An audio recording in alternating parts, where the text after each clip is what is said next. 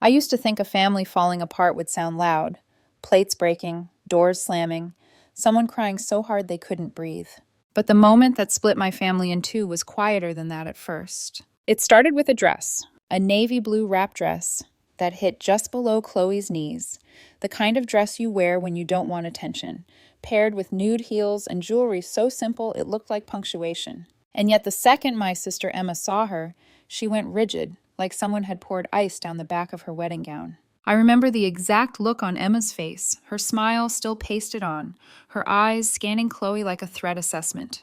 Her fingers tightened around Marcus's arm hard enough that his knuckles whitened where he held her bouquet.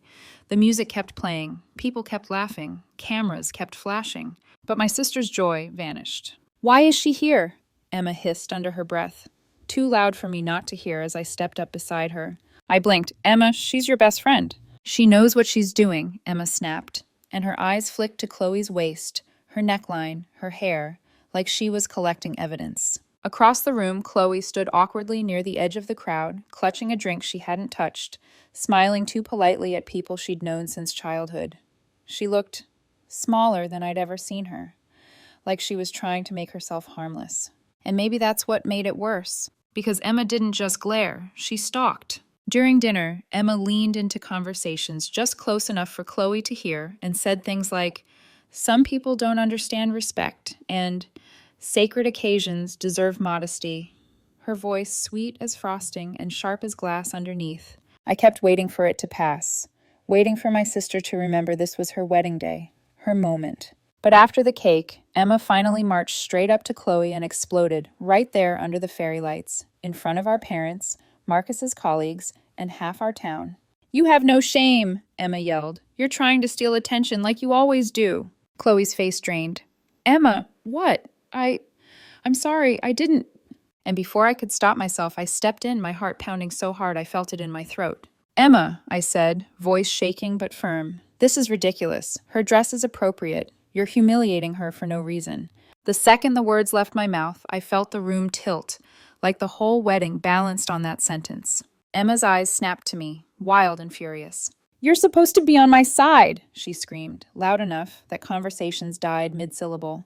"You're my sister." I didn't know then that this argument wouldn't end at the reception. I didn't know it would end in blocked numbers, paranoid accusations, a marriage collapsing, restraining orders, and my mother whispering at Christmas like there was a ghost-shaped seat at the table. All I knew was that my sister was looking at me like I'd betrayed her, for defending the person she'd loved since second grade. And the worst part? Emma truly believed she was the victim. My name is Jessica. I'm 27. And for most of my life, I believe my family was simple in the way small families can be simple. 2 daughters, 2 parents, a modest house that always smelled faintly like laundry detergent and whatever my mom was cooking to stretch a budget. And then there was Chloe. If you asked anyone in our neighborhood who my sister Emma's best friend was, they wouldn't even hesitate, like it was a fact as basic as the street name. Emma and Chloe had been inseparable since they were 7, second grade. Chloe was the new kid who moved into our area mid-year, hair tied back too tight, backpack too big, eyes scanning the classroom like she was bracing for impact. Emma, my older sister, the responsible one even then, walked right up to her and said something like, "You can sit with me." That one sentence became a life. By the time I was old enough to form real memories, Chloe wasn't just around. She was stitched into our routines. She was the extra pair of sneakers by the door, the third toothbrush in the bathroom cup, the second laugh in Emma's room late at night when I was trying to sleep and their giggles slipped under my door like a secret. Every weekend was a sleepover. Every summer was shared sunscreen and popsicles, and the two of them lying on the living room floor with magazines spread out like treasure maps. My mom used to joke, "I'm raising 2 daughters and a bonus one," but the way she said it wasn't bitterness. It was fond. Like Chloe expanded our family instead of taking up space. And to be fair, Chloe gave a lot back. She had this bright, outgoing energy that filled rooms without asking permission.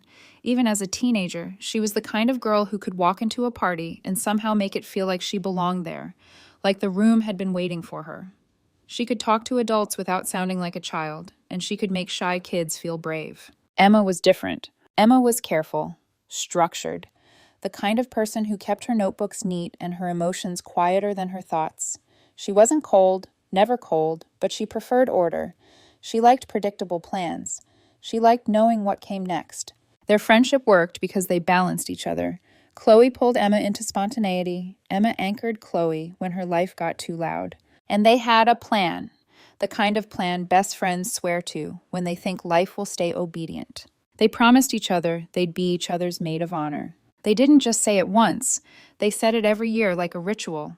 In high school, they cut out magazine clippings, dress silhouettes, floral arrangements, color palettes, and pasted them into a scrapbook they literally called their wedding Bible. I remember flipping through it once when I was maybe 13, laughing at the seriousness of it, while Chloe smacked my hand and said, "Careful, that's sacred." Even my mom got pulled into it. She'd see them at the kitchen table with glue sticks and glitter pens and sigh dramatically, "I'm planning 2 weddings, aren't I?" Chloe would grin and say, "Basically." Emma would roll her eyes, but she always looked secretly pleased, like she liked the idea that her future had already been mapped by someone who loved her. Chloe grew up to become, unsurprisingly, a fashion blogger. By her early 30s, she had around 50,000 followers, and her style was bold in a way Emma's never was. Vintage designer pieces, bright colors, outfits that looked like editorials. Chloe could wear something risky and somehow make it look tasteful just because she wore it like she deserved it. Emma became an accountant. Her closet was practical, business casual, soft, neutral tones. She was the kind of woman who looked polished without trying to look noticed. Even when she dressed up, it was elegant in a quiet way. Lace, clean lines, nothing loud. For years, this difference didn't matter. Emma always told Chloe she admired her confidence. Chloe always told Emma she admired her stability. Then, 3 years before the wedding, Emma met Marcus. Marcus was 33, a high school teacher and coach, and he came into our lives through a mutual friend at a small get-together.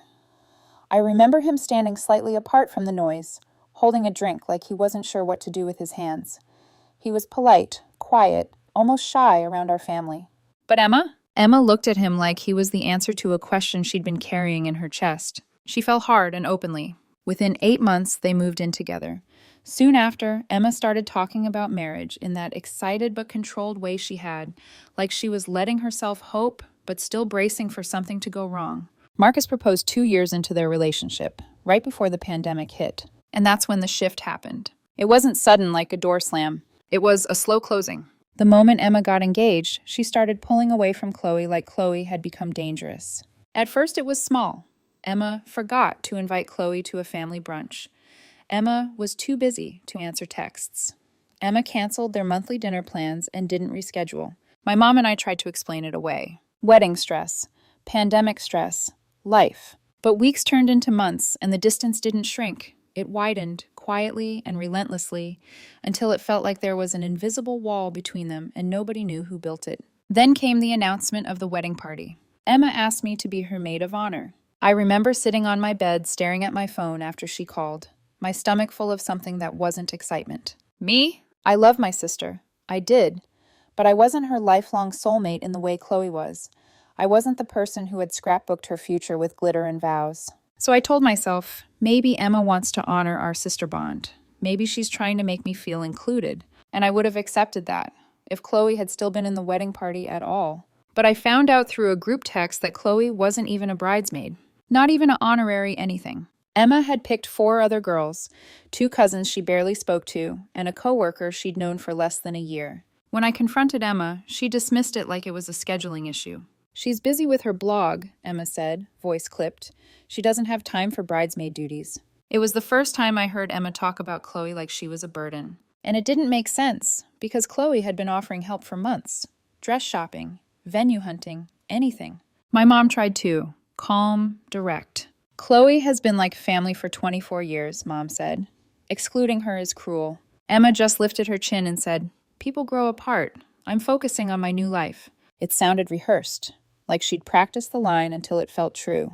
And somewhere deep in me, a new fear formed, small but sharp. What if my sister wasn't growing apart from Chloe? What if she was pushing her away on purpose? At the time, I still believed this was about wedding stress. That was the story I kept telling myself, because the alternative was too unsettling. The alternative meant admitting that something inside my sister had shifted in a way I didn't recognize. But once I started paying attention, the signs were everywhere. Emma didn't just drift from Chloe. She withdrew strategically. She stopped inviting Chloe to family gatherings altogether. Not just the big ones, the small, casual things too. Sunday dinners, quick coffee stops, even errands that used to be excuses for the three of us to spend time together. When Chloe would text, Emma would reply hours later, sometimes days. Short responses, no follow-up questions, no warmth. Chloe noticed. I know she did, because she started asking me questions in that careful, wounded way people use when they're afraid of the answer. Did I do something? She asked me once, voice too light to be real. Emma hasn't replied to me in 3 days. Is she mad? I didn't know what to say. I hadn't seen any fight, no argument, no explosion that could explain this kind of frost. So I did what people do when they don't understand a problem. They minimize it. She's just stressed, I said. Weddings do that to people. Chloe nodded, but I could see the doubt flicker in her eyes. Emma, meanwhile, started changing in subtler ways too. She became hyper-aware of Marcus. Not affectionate in a honeymoon way, but watchful. She'd glance at his phone when it buzzed, ask who he'd been talking to in an offhand tone that wasn't offhand at all.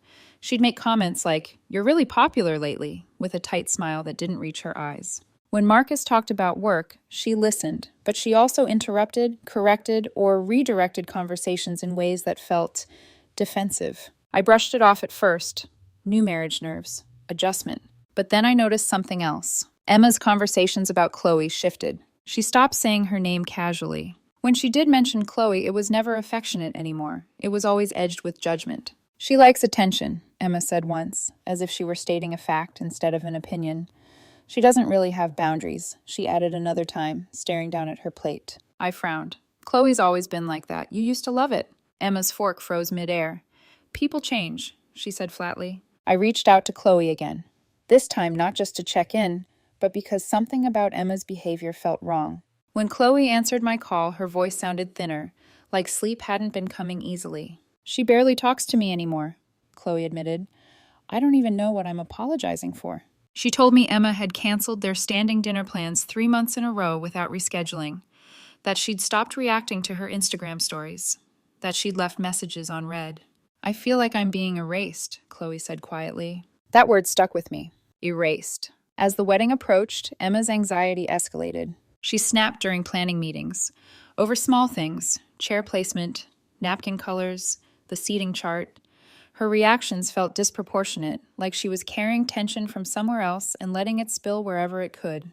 At the rehearsal dinner, she was restless. Her leg bounced under the table. She corrected Marcus mid-sentence twice. She kept scanning the room like she was waiting for something bad to happen. I remember leaning toward her and whispering, "Are you okay?" She smiled tightly, just tired. But her eyes kept drifting, not to the guests, not to the decor, but to the empty chair where Chloe would have sat if she'd been part of the wedding party. And then there was the dress. Emma never once told Chloe there were expectations. No color rules, no modesty requests, no boundaries laid out in advance, which made the fixation on Chloe's appearance that night feel rehearsed. Like Emma had already decided there was something wrong. She just hadn't found the proof yet. By the time the wedding day arrived, I felt like I was walking on glass. Our parents could sense it too. My dad kept asking, "Why isn't Chloe a bridesmaid?" Emma would deflect. My mom would go quiet. And I, caught between loyalty and truth, kept hoping this would all dissolve once Emma walked down the aisle. That the ceremony would remind her who she was, who she loved. I didn't know yet that Emma wasn't anxious because of wedding nerves. She was anxious because she was already living in a story where someone close to her was a threat. And she was just waiting for the moment she could finally say it out loud. The wedding day was perfect in the way people like to pretend means something. Clear sky, warm air, a rustic outdoor venue strung with soft white lights that flickered like fireflies as the sun dipped low. Wood tables, wildflowers in glass jars, linen so crisp it looked untouched by human hands. Emma looked beautiful. Not flashy, not dramatic, just her. Her dress had lace sleeves and a flowing skirt that moved when she walked, the kind of gown that didn't demand attention, but earned it anyway. When she smiled at Marcus at the altar, for a moment, I saw the sister I grew up with, the girl who planned futures with glue sticks and certainty. The ceremony went smoothly. Vows were exchanged. Applause followed. People cried in all the right places. I remember thinking, maybe I was wrong. Maybe this really was just stress. The reception began, and for the first half hour, everything felt almost normal. Almost. Then Chloe arrived. She came in quietly, like she didn't want to disrupt anything. Navy wrap dress. Below the knee. No cleavage, no sparkle. Her hair was softly styled, makeup understated. Honestly, far more restrained than what half the guests were wearing. She scanned the room like someone entering unfamiliar territory, then spotted me and gave a tentative smile. Relief flickered across her face when I hugged her. "You look beautiful," I whispered. "Thank you," she said, and her voice shook just slightly. Across the room, Emma saw her. I felt the change before I saw it. Emma's shoulders locked. Her smile froze in place. She leaned toward Marcus and started whispering, her tone sharp, urgent. Marcus frowned, shook his head slightly like he was confused. Throughout the reception, Emma kept watching Chloe. Not casually, not curiously. Like a guard dog. Every laugh Chloe shared with someone else. Every step she took across the dance floor. Every moment she existed. Emma's eyes followed her. I tried to redirect Emma's attention, introducing her to guests, pulling her toward the dance floor, reminding her people had traveled to be there for her. But Emma barely heard me. During dinner, she started dropping comments like landmines. "Some people really don't understand appropriate wedding attire," she said loudly at one point, her voice carrying just enough. Another time, "It's sad when someone can't respect the sanctity of marriage." Chloe's posture stiffened with each remark. I watched her smile fade, confusion replacing it. Our mom noticed too. She leaned in and murmured, "Emma, please, focus on your guests." Emma nodded, but her eyes never left Chloe. And then, after the cake cutting, Emma finally snapped. She marched straight across the floor, her heels striking the wood with purpose. "Do you enjoy humiliating me?" Emma demanded, voice raised enough to turn heads. Chloe blinked, stunned. "What? Emma, You wore that to my wedding," Emma continued, gesturing at Chloe's dress like it was evidence. "You're trying to steal attention. You have no respect." Gasps rippled through the crowd. Chloe's face went pale. "I'm so sorry if I offended you. I didn't mean to." But Emma didn't want an explanation. She wanted a villain. "You've always wanted what's mine," Emma yelled. "First my attention, now my husband." That's when I stepped in. "Emma," I said sharply, heart hammering. "Stop. Her dress is completely appropriate. You're embarrassing yourself." Emma spun on me, eyes blazing. "How dare you?" I didn't back down. "You've known Chloe for 24 years. You know how she dresses. If you had an issue, you should have said something beforehand, or included her in the wedding party so you could choose the dress. You're looking for an excuse to be angry." The silence that followed was deafening. Emma screamed. She accused me of betraying her, of choosing Chloe over family. Marcus physically stepped between us, his hands raised in a calming gesture that did nothing. Emma stormed off to the bridal suite. Guests started leaving early. Conversations ended abruptly. The joy drained out of the night like air from a punctured balloon. Chloe left without saying goodbye. And as I stood there, surrounded by half-eaten cake and fairy lights that suddenly felt cruel, I knew this wasn't about a dress. It never had been. After Emma disappeared into the bridal suite, the reception didn't end so much as it collapsed. People lingered awkwardly at first, pretending nothing was wrong, picking at food, forcing smiles, avoiding eye contact. Then, one by one, they started leaving. Early, quietly, like they were afraid the tension might latch onto them if they stayed too long. I stood near the edge of the dance floor, my hands cold, my chest tight, replaying the scene over and over in my head. Had I said too much? Had I chosen the wrong moment? Our dad found me near the bar, his jaw clenched. "You caused a scene," he said flatly. "You should have kept your mouth shut. This was her day." I opened my mouth to respond, but no words came out. Because part of me, the part raised to keep the peace, wondered if he was right. Our mom looked exhausted, not angry, just defeated. She hugged herself like she was holding something together inside her. Marcus came over about an hour later. His tie was loosened, his face pale. "She won't come out," he said quietly. "She's having a meltdown." He asked if I could talk to her. I said no. "She owes Chloe an apology," I told him. "I'm not going to pretend this was okay." The reception ended with the bride absent. We rode home in complete silence. That night, I lay awake staring at the ceiling, my sister's words echoing in my head. "You chose her over family." Was that what I'd done? I hadn't meant to humiliate Emma. I hadn't meant to ruin her wedding. I'd only wanted to stop something that felt deeply wrong. But the doubt crept in anyway. Maybe I should have pulled Emma aside. Maybe I should have waited. Maybe I should have stayed quiet and dealt with it later. Except, I couldn't unsee Chloe's face. The shock, the humiliation, the way she'd tried to apologize for something she hadn't done. The next morning, my phone exploded. Text after text from Emma, angry, accusatory, unforgiving. You destroyed the most important day of my life. You're selfish. You're dead to me. Our dad sent a long message about loyalty, about how family comes first, about how I needed to apologize immediately. Our mom messaged separately. I don't agree with how things happened, she wrote, but I understand why you were upset. I decided to give everyone space. I thought Emma would cool down. She didn't. She doubled down, posting passive-aggressive messages online about fake family and betrayal. She blocked me, unfriended me, erased me the way she'd erased Chloe. A week later, I ran into Chloe at the grocery store. She looked terrible, tired, hollow. She thanked me for standing up for her, and then said she wished the wedding had never happened at all. I've been trying to figure out what I did to make her hate me, she whispered. I had no answers. And then, days later, Marcus called, and everything I thought I understood shattered. Marcus asked me to meet him for coffee on a Tuesday afternoon. His voice on the phone sounded wrong, flat, frayed, like someone who hadn't slept but was too tired to admit it. I need to talk to you, he said, about Emma. I hesitated. Does she know you're calling me? There was a pause, then quietly, no. And if I don't talk to someone, I think I'm going to lose my mind. We met at a cafe near my apartment. When I walked in, I barely recognized him. His shoulders were slumped, dark circles carved under his eyes, his wedding ring twisting endlessly around his finger like it burned. He didn't waste time. She's been accusing me of things, he said. Things that never happened. My stomach dropped. Marcus told me that for months Emma had been telling him a story, one I'd never heard. According to Emma, Chloe had been inappropriate with him. She claimed Chloe had flirted at the engagement party, that she'd sent flirty messages, that she showed up places on purpose, that she was trying to seduce him. None of it was true. I've barely talked to Chloe, Marcus said, running a hand through his hair.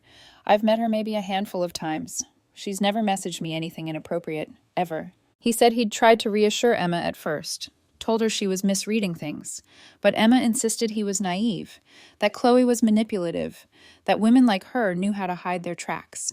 She said she was protecting our marriage, he told me, that I couldn't see the danger because I trusted people too easily. I felt sick. The dress at the wedding hadn't been the problem. It had been proof in Emma's mind. Marcus explained that after the wedding, he'd started checking everything. His phone records, social media, old messages. There was nothing.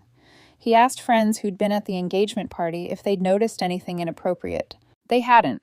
When he showed Emma this, she didn't back down. She escalated. She said Chloe deleted the evidence, Marcus said quietly, that she convinced everyone to lie for her. My chest tightened. Emma had built an entire reality where Chloe was the villain, and anyone who disagreed became part of the conspiracy. She's monitoring my phone now, Marcus admitted, interrogating me about who I talk to. She wants me to cut off friends who don't believe her. He looked at me then, really looked at me. I think she believes you're helping Chloe destroy our marriage, he said. That explained everything. The rage at the wedding, the silence afterward, the way she'd rewritten the night as my betrayal. Marcus said he'd suggested counseling.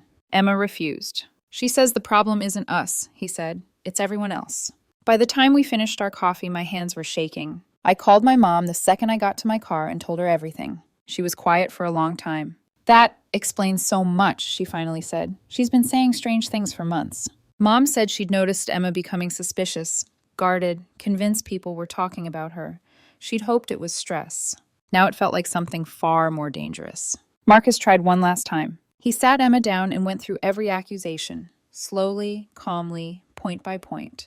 He showed her the lack of evidence. He asked her to consider other explanations. Emma accused him of gaslighting her. She said he was choosing Chloe over his wife. She demanded he cut off contact with me, our mom, and any friend who defended Chloe. When he refused, she said it proved he was cheating. That night, Emma packed a bag and went to our parents' house, telling them Marcus was being manipulated by Chloe. Our dad believed her, immediately. He called Marcus and yelled at him for abandoning Emma. Our mom didn't. She called Chloe herself. Chloe was horrified. She denied everything, sobbing, confused, devastated that her best friend of 25 years believed she'd try to steal her husband. Mom spoke to people from the engagement party, to coworkers, to friends. No one supported Emma's version. When Mom confronted her with that truth, Emma snapped. She accused Mom of loving Chloe more than her own daughter. She said our entire family was against her. She packed her things and left again. this time demanding Marcus choose between her and everyone else. And Marcus finally said no. That was when Emma accused him, out loud, of having an affair with Chloe. That was when Marcus packed a bag and left. And that was when I realized the wedding argument hadn't caused the destruction. It had just exposed it. The night Marcus left Emma, I sat on my bedroom floor with my back against the wall and cried in a way I hadn't since I was a child. Not loud, not dramatic, just hollow. Because up until that point, some part of me still believed there was a version of Emma we could reach. That if we said the right words or showed her the right proof, she would stop, blink, and realize how far she'd gone. That illusion died the moment she started calling everyone a conspirator. Emma didn't just lose her husband that night. She lost her grip on reality. She began a campaign, there's no softer word for it, to destroy anyone she believed had betrayed her. Her social media turned into a battlefield. Long posts about loyalty, about betrayal, about how women like Chloe destroy marriages and then play innocent. She posted screenshots taken wildly out of context, captioned with accusations that made my stomach turn. She called relatives, old friends, Marcus's coworkers. She showed up places uninvited. Marcus called me one night, his voice shaking. She broke into my apartment, he said. She said she was looking for proof. That was when he got a restraining order. I remember sitting with my mom at her kitchen table when the news came through. Her hands shook so badly she had to set her mug down. "This isn't my daughter," she whispered. But Emma didn't slow down. She began harassing Chloe directly, driving past her apartment late at night, leaving notes on her car, sending messages that swung wildly between rage and accusation. She created fake social media accounts just to keep attacking when Chloe blocked her. Chloe stopped sleeping. She told me she was afraid to walk to her car alone. Eventually, she got her own restraining order. The lowest moment came when Emma showed up at Chloe's workplace. She caused a scene so loud security had to escort her out, screaming that Chloe was a homewrecker in front of her boss and coworkers. Chloe called me afterward, sobbing so hard she couldn't breathe. That night, my mom made a decision I never thought she would. She called Emma. She told her she was cutting off contact until Emma got professional help. She told her that love didn't mean enabling destruction. Emma screamed. She accused Mom of choosing Chloe over her own daughter. She said she never wanted to see her again. I watched my parents fracture under the weight of it all. My dad still clinging to denial. My mom drowning in grief. Both of them realizing too late that something had been terribly wrong for a long time. And me? I felt like I was grieving someone who was still alive. The Emma I knew. The girl who laughed with Chloe over inside jokes, who planned futures with certainty, was gone. In her place was someone who saw enemies everywhere. And there was nothing I could do to save her. For months, Emma lived inside the story she'd built, one where she was the only person brave enough to see the truth, and everyone else was either manipulated or malicious. What she didn't realize was that reality doesn't need belief to exist. It only needs time. The first crack came when Marcus officially filed for divorce. He called me before the papers were served, his voice steady in a way it hadn't been in weeks. "I tried," he said simply. "I can't live like this anymore." When Emma found out, she called me in hysterics. "He's abandoning me," she sobbed. "It's all Chloe's fault. You have to talk to him." I told her the truth, the kind you only tell when there's nothing left to lose. "Emma, this is because of your behavior," I said quietly. "You need help." There was a long pause. Then her voice went cold. "You're dead to me." She fought the divorce viciously. She demanded alimony, half of Marcus's assets. She claimed his affair with Chloe as justification, even though she still couldn't produce a single piece of evidence. Her lawyer dropped her. She represented herself in court. Watching Emma in the courtroom was like watching someone drown while insisting the water wasn't real. She brought printed social media posts, text messages stripped of context, a rambling narrative about conspiracies and betrayal that made the judge visibly uncomfortable. Marcus's lawyer dismantled it calmly. Restraining orders, police reports, witness statements, fact after fact. The judge granted the divorce. Emma was ordered to pay Marcus's legal fees. When the gavel came down, Emma screamed that the judge was corrupt, that the system was rigged, that everyone was against her. Security escorted her out. That was the moment my dad finally broke. He stopped defending her, stopped sending money, stopped insisting we apologize. "I didn't want to believe it," he said one night, voice wrecked. "I thought if I just stood by her, she'd be okay." Without his support, Emma spiraled further, but this time there was no one left to blame. She lost the house, couldn't afford the mortgage alone, moved into a small apartment and took a retail job. The world she'd built for herself collapsed under the weight of truth. And she still insisted it wasn't her fault. Once the divorce was finalized, everything went quiet. Not peaceful quiet, aftermath quiet, the kind that follows a storm after it's already torn the roof off. Emma disappeared from social media almost overnight. No more rants, no more screenshots, no more crusades about betrayal and loyalty. At first, I thought maybe she'd finally realized how much damage she'd done. That hope didn't last. Through a mutual acquaintance, I learned Emma was still telling the same story, just to fewer people. She talked about a massive conspiracy involving her family, her ex-husband, and her former best friend. She spoke like someone reciting scripture, unwavering, immune to doubt. The difference now was that no one was listening anymore. Marcus, on the other hand, started to heal. He went to counseling, started sleeping again, slowly rebuilt friendships Emma had forced him to abandon. When he told me he was seeing someone new, his voice held a careful hope I hadn't heard in years.